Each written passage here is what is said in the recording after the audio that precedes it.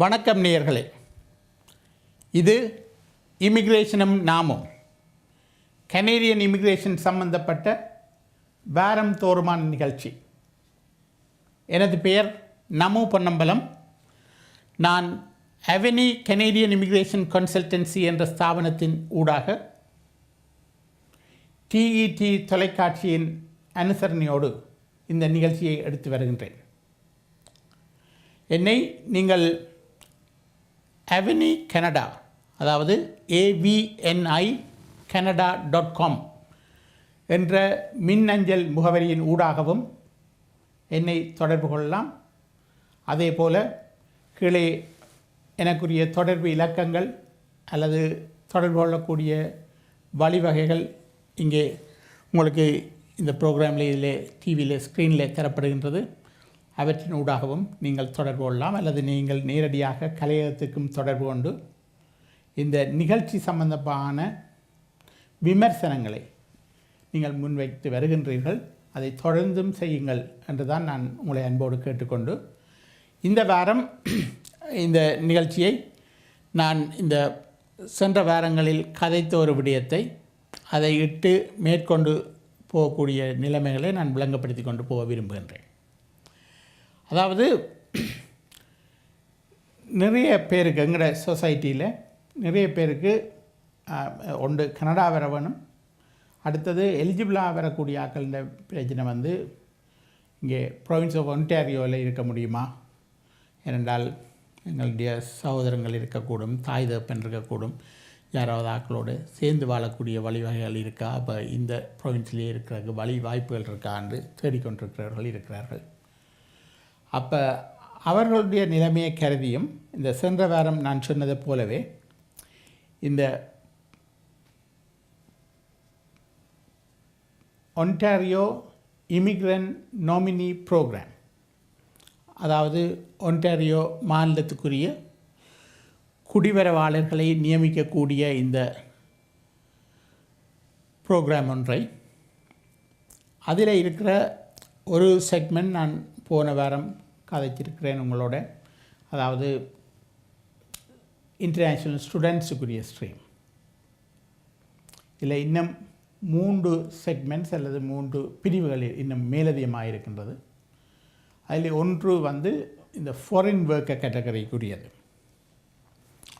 அப்போ இந்த foreign worker கேட்டகரிக்குரியது, அதாவது ஃபாரின் ஒர்க்கர் டிரெக்டாக இந்த ப்ரோக்ராமுக்கு அப்ளை பண்ணுறதுக்கு வாய்ப்புகள் இருக்குது. இப்போ இதை சொல்கிற கட்டத்தில் நான் ஒன்றை உங்களுக்கு நினைவுபடுத்த விரும்புகிறேன். ஒருவர் வந்து இப்போ அண்மையில் இலங்கையில் இருக்கிற ஒரு குடும்பத்தில் ஒருவர் கிட்டத்தட்ட ஒரு 50,000 ரூபாயை கொடுத்துருக்கிறார். ஒரு 5 பேஜ் ஃபார்ம் ஒன்றை, கனடியன் இமிக்ரேஷன் ஒர்க் விசாவுக்குரிய ஃபார்ம் ஒன்றை ஃபில் பண்ணி, அது எங்கே அனுப்பினவை என்னென்ன தெரியல, அதை அனுப்புறதுக்கு ஒருவருக்கு கொடுத்து அது செய்யப்பட்டிருக்கு. அப்போ ஒன்று வந்து நீங்கள் விளங்க வேணும், இது இந்த 5 பேஜஸோடு கனடாவுக்கு வரலாம் என்று சொன்னால் நீங்கள் 50,000 இல்லை 5 லட்சம் கொடுத்தாலும் அது தகுதியான வேலை, வசதி இருந்தால் கொடுத்து பாருங்கள். ஆனால் அப்படி ஒரு இடமும் இல்லை. மற்றது இது வந்து அவ்வளவு சிம்பிளிஃபைட் ப்ரோக்ராமாக எடுத்த உடனே ஒரு ஆள் நினச்ச உடனே ஒரு 5 பக்கத்தில் ஃபார்மை பிரிண்ட் பண்ணி வெப்சைட்டில் போய் அதை ஃபில் பண்ணிவிட்டு அனுப்பிவிட government of Canada or Canadian immigration உங்களை செலக்ட் பண்ணி அனுப்புதுன்னு எதிர்பார்க்குறது ஒரு தவறான அபிப்பிராயம். ஏன் நான் இதை சொல்கிறேன் என்றால், வெளிநாட்டில் இருந்து நிறைய பேர் இந்த ப்ரோக்ராம்ஸை ரிவ்யூ பண்ணினோம். அதாவது வேறு சோஷியல் மீடியாவுக்குள்ளே வேறு ஃப்ரெண்ட்ஸுகளுக்குள்ளாலேயும் இந்த ப்ரோக்ராம் லிங்க்ஸ் போய்கொண்டிருக்கு.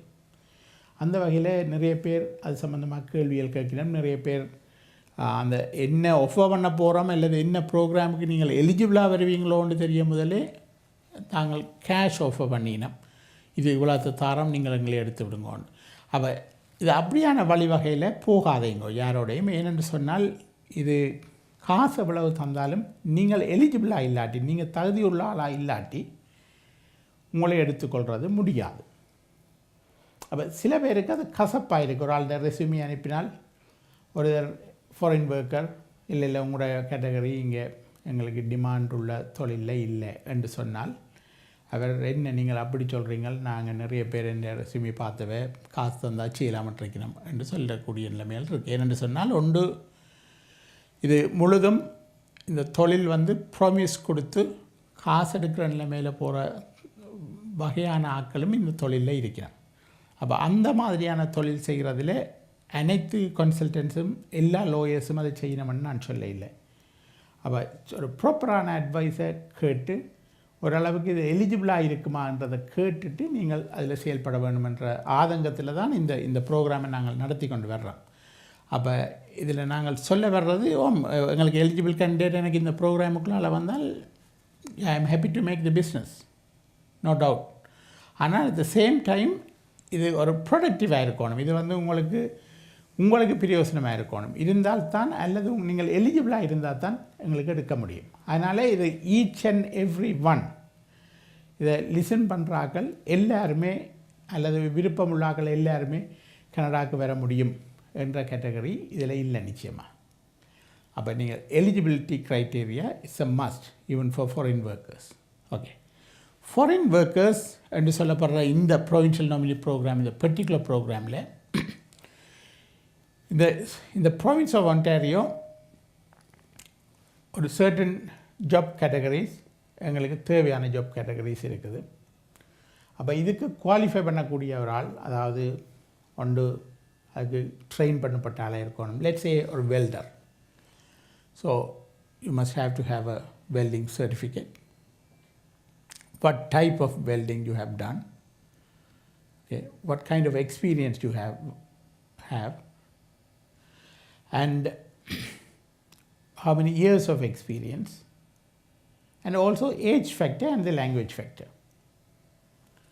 அப்போ இதில் வந்து அண்ட் ஆஃப்கோர்ஸ் சிப்ளிங்ஸ் இருந்தால் அதுக்குரிய கேட்டகரியிலையும் வேறு வேறு ப்ரோக்ராமுக்கு இங்கே எலிஜிபிளாக வரக்கூடும்.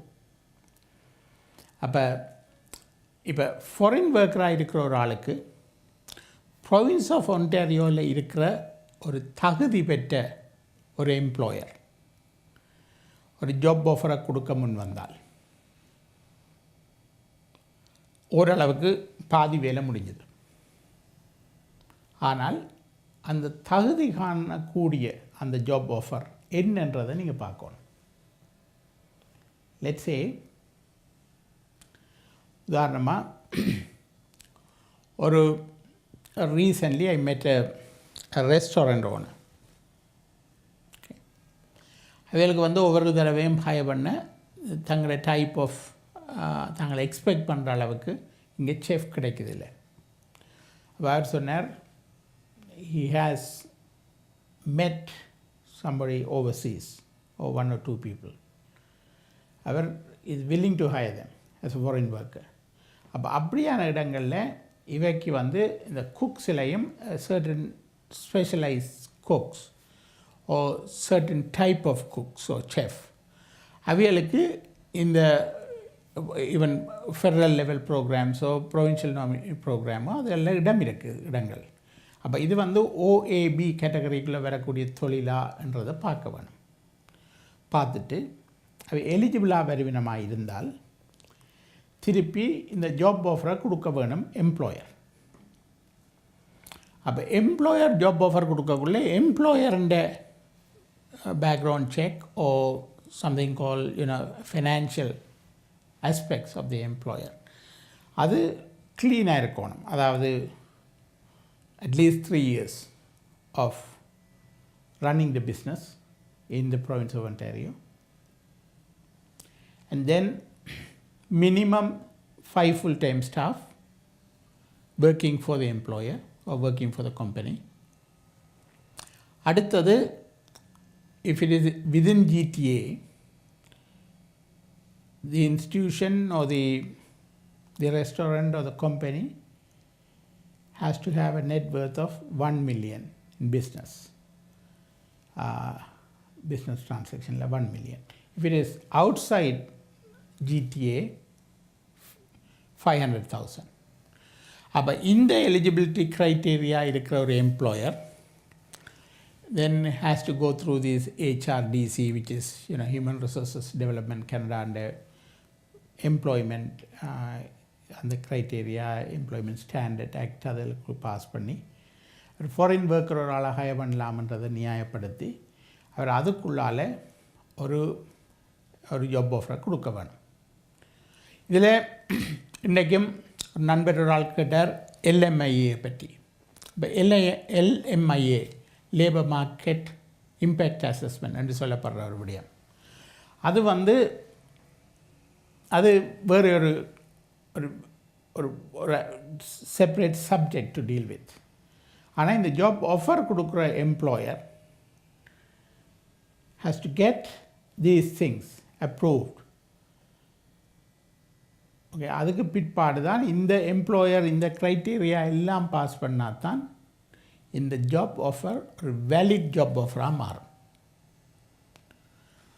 அப்போ இப்போ எங்களுடைய ஆக்கள் மன்னிக்கணும், நான் தாழ்வாக கதைக்கையில் இந்த ஊரில்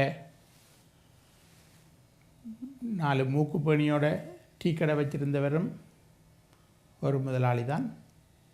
பெரிய அளவில் 5 ஸ்டார் ஹோட்டல் வச்சு அல்லது ஒரு பெரிய ரெஸ்டாரண்ட் மேனேஜ் பண்ண ஒரு ஆளும் முதலாளி தான்.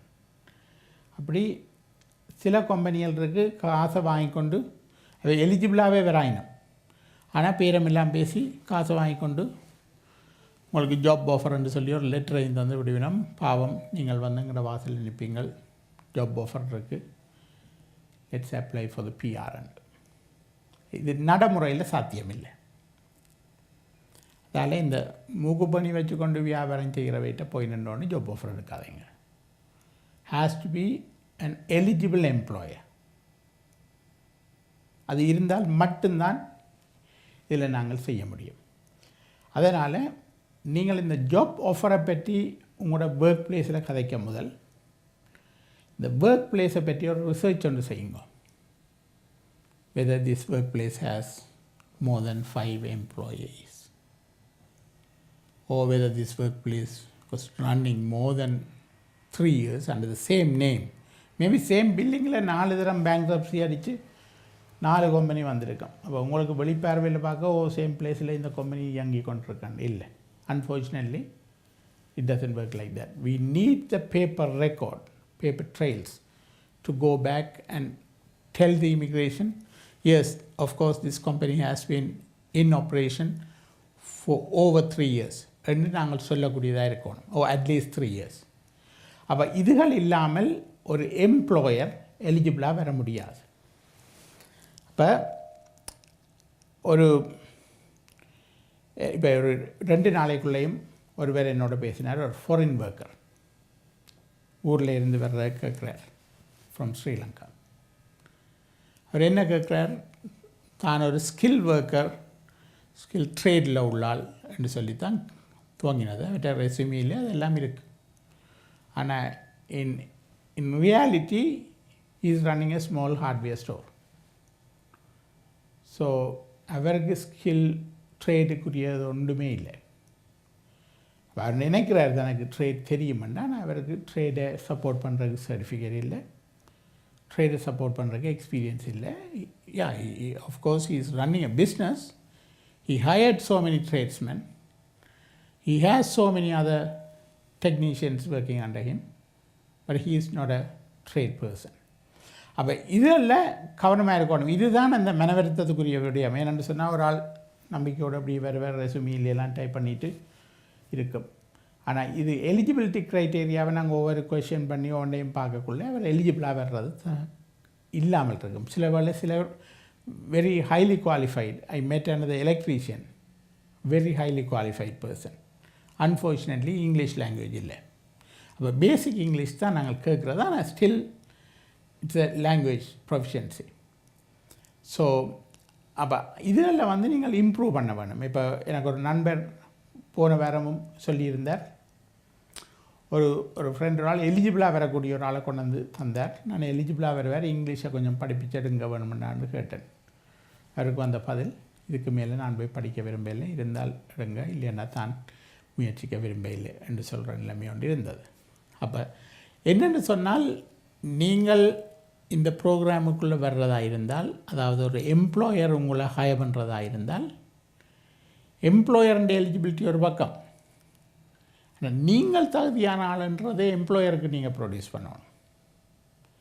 அப்போ எங்களோட ஸ்க்ரீனிங்லேயே நீங்கள் தகுதியெல்லாம் வந்தால் next step employer they know the technical language, they know how to find out whether this person is capable of doing this trade என்று சொன்னால் ரைட். இப்போ அண்மையிலே ஒரு செஃப் வந்தார், எனக்கு அவர்கிட்ட ஸ்கில்ஸ் எனக்கு அறிய முடியலை.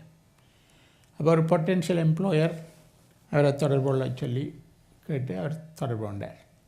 இப்போ பிறகு எம்ப்ளாயர் எனக்கு கால் பண்ணி சொன்னார், yeah he has a skill. அப்போ இப்போ என்னென்னு சொன்னால் இது test, skill test, and of course that person has certificates and experience everything. அப்போ இதுகளை வச்சுக்கொண்டு தான் ஒரு எம்ப்ளாயர் உங்களுக்கு ஜாப் ஆஃபரை தர முடியும். அப்போ சும்மா இருக்கிற ஒரு ஆளை ஜாப் ஆஃபரை நாங்கள் எம்ப்ளாயரை கொடுக்க சொல்லி எதிர்பார்க்குறது கஷ்டம். ஏனெண்டா basically you need something in paper, something you have to have with your experience. அது இல்லாமல் இந்த ஜாப் ஆஃபர் மட்டும் உங்களை இதை ப்ரொசீட் பண்ணுறதுக்கு கொண்டு போகாது. இதை விளங்கி கொண்டு நீங்கள் செய்யணும். அப்போ நான் இப்போ இன்றைக்கு இந்த வீக் நான் உங்களோட கதைச்சோன்றிருக்கிற விஷயம், இது ப்ரொவின்ஸ் ஆஃப் ஒன்டாரியோன்ற இமிக்ரண்ட் நாமினி ப்ரோக்ராம். அதில் ஃபாரின் ஒர்க்கர் கேட்டகரியை மட்டும்தான் நான் இப்போ கதைச்சோன்றிருக்கிறேன். அதில் ஜென்ரலாக வேறு இடங்களை நான் தொட்டு செல்கிறேன். ஏனென்று சொன்னால் இது காமன்லி ஆஸ்க் கொஷின்ஸ். இது இப்போ ஸ்பெசிஃபிக்காக ஒரு ஆள் கேட்குற இல்லை, ப்ரொவின்ஸ் ஆஃப் ஒன்டாரியோன்ற நாமினி ப்ரோக்ராம், இமிக்ரண்ட் நாமினி ப்ரோக்ராமுக்குள்ளே என்னை கொண்டு போங்கொண்டு கேட்குறார்கள் கூட. ஏதாவது வழி இருக்கா இவரை கனடா கொண்டுறதுன்னு தான் கேட்கணும், ரைட். அப்போ நான் உங்களுக்கு இதை ஓப்பன் அப் பண்ணுறேன் என்னென்னு சொன்னால், இது கனடா இல்லை, உங்களோட சில பேர்ட்ட Canada just province of Ontario தான். அப்போ அதுக்குள்ளே நிற்கலுமோ என்று பார்க்குற ஒரு நிலைமை சிலருக்கு இருக்குது. அப்படி இருக்கிறார்கள், you have the intention to live in the province, no other provinces, then yeah, it's easy. We know the geographical area, so we'll deal with that particular program. Now we have to find out whether you are going to be eligible, and then whether your employer, your potential employer, whoever going to give you the job offer, is that institution or the company is going okay. Are we getting green lights on both? Then we can proceed. அப்போ இதில் மிக மிக கவனமாக இருக்கணும். Job ஆஃபர்ன்றது தனியாக உங்களோட work permit application மாதிரி சும்மா ஒரு 4 பக்கத்து நிரப்பி போட்டு எம்ப்ளாயர் தர்றதோடு நாங்கள் போகலாது. இமிக்ரேஷனுக்கு எடுத்துக்கொண்டு போய் இந்த அப்பா எங்கள்கிட்ட இருக்குது ஜாப் ஆஃபர்ன்னு சொல்லிடலாது. It has to be well documented. It's costly of course. அப்போ இதில்